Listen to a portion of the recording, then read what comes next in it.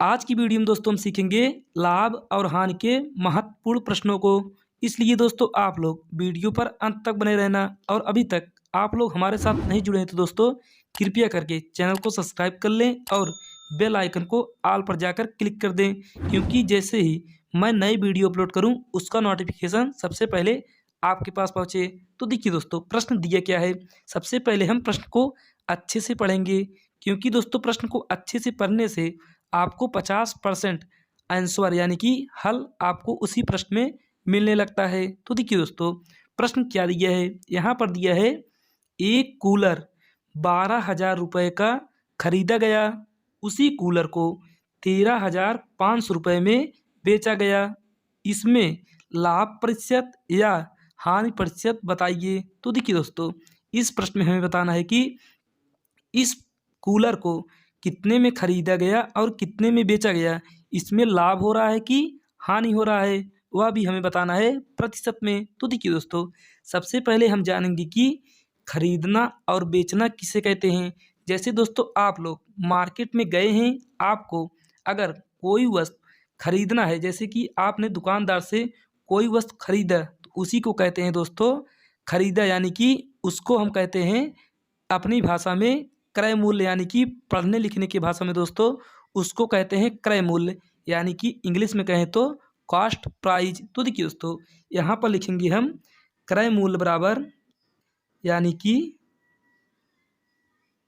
क्रय मूल्य या फिर उसी को कहते हैं दोस्तों सीपी, यानी कि कॉस्ट प्राइस।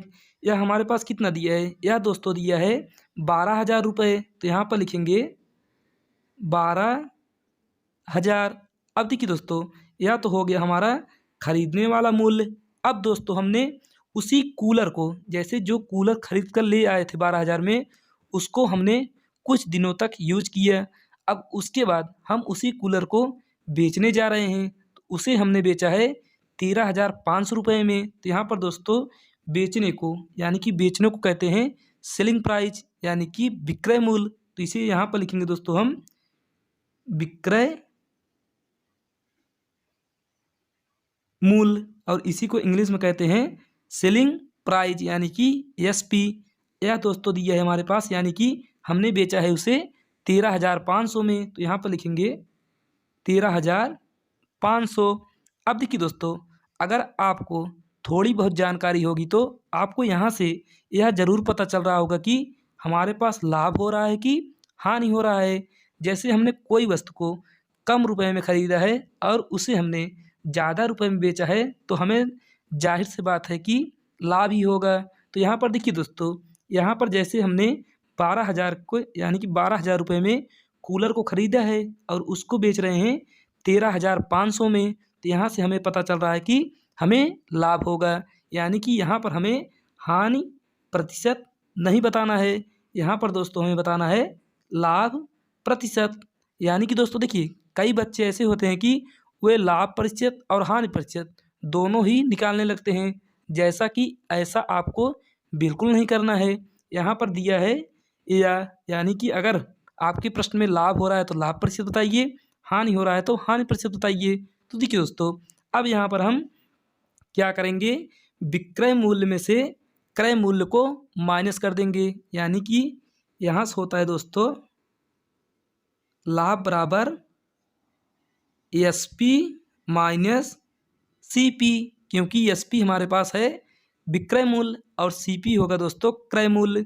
तो लाभ कैसे ज्ञात करते हैं, जितने में हमने वस्तु को बेचा है और उसमें माइनस करेंगे जितने में हमने वस्तु को खरीदा है। तो यहाँ पर दोस्तों अब एसपी लिखेंगे 13,500, अब इसमें माइनस करेंगे सीपी को, यानी कि 12,000 को। अब देखिए दोस्तों यहाँ पर माइनस करेंगे कितना होगा, यहाँ से लाभ होगा हमारे पास, लाभ बराबर हो जाएगा 13,500 में 12,000 माइनस करेंगे तो यहाँ पर बचेगा 1,500। तो यहाँ पर हो गया दोस्तों लाभ हमारा 1,500 रुपये। लेकिन दोस्तों देखिए यह तो हमारा रुपए में लाभ प्राप्त हुआ है, लेकिन हमारे प्रश्न में हमसे पूछा है कि आप प्रतिशत में बताइए कि कितना लाभ होगा।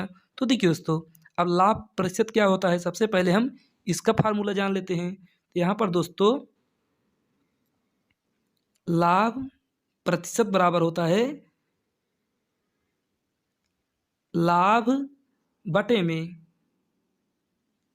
क्रय मूल्य और गुणे में 100। अगर प्रतिशत निकालना है दोस्तों तो गुणा 100 से करना होता है। और अगर आपसे किसी भी प्रश्न में हानि प्रतिशत पूछ ले तो यहाँ से होगा हानि बटे क्रय मूल्य गुणे 100। यानी कि यह दोनों फार्मूला दोस्तों आपको अपने दिमाग में याद रख लेना है। तो देखिए दोस्तों, अब हमें बताना है लाभ प्रतिशत। तो देखिए, अब लाभ प्रतिशत के स्थान पर यानी कि लाभ की जगह पर लिखेंगे 1500 रुपये। तो यहाँ पर हो गया दोस्तों लाभ प्रतिशत बराबर 1500। यानी कि दोस्तों यहाँ से हो जाएगा लाभ प्रतिशत बराबर 1500 और बटे में क्रय मूल्य कितना दिया है। क्रय मूल्य दोस्तों हमारे पास है 12000। तो यहाँ पर लिखेंगे बटे में 12000 और हमें ज्ञात करना है प्रतिशत। तो गुणा करेंगे 100 का। अब देखिए दोस्तों, यहाँ से नीचे हमारे पास 3 जीरो है तो ऊपर भी 3 जीरो हम काट देंगे। तो यहाँ पे बचेगा दोस्तों 150 और बटे में 12। अब दोस्तों देखिए, इसे 2 से काटेंगे तो यानी कि इसे हम 3 से काटते हैं। 3 चौ 12, 3 पचे 15। यहाँ से हो गया 50 बटे 4। अब दोस्तों इसे 4 से काटेंगे तो यह आ जाएगा 12.5 बार, यानी कि 12.5 हो जाएगा लाभ। यानी कि 12.5% हमारा दोस्तों होगा लाभ। यही हो जाएगा राइट उत्तर। तो फिर चलिए दोस्तों, आपको वीडियो अच्छी लगी हो तो वीडियो को ज़्यादा से ज़्यादा शेयर करें और चैनल पर अभी तक नहीं जुड़े हैं तो कृपया करके चैनल को भी सब्सक्राइब कर लें। अब मिलते हैं अगले क्लास में कुछ महत्वपूर्ण टॉपिक के साथ। आज के लिए बस इतना ही। धन्यवाद।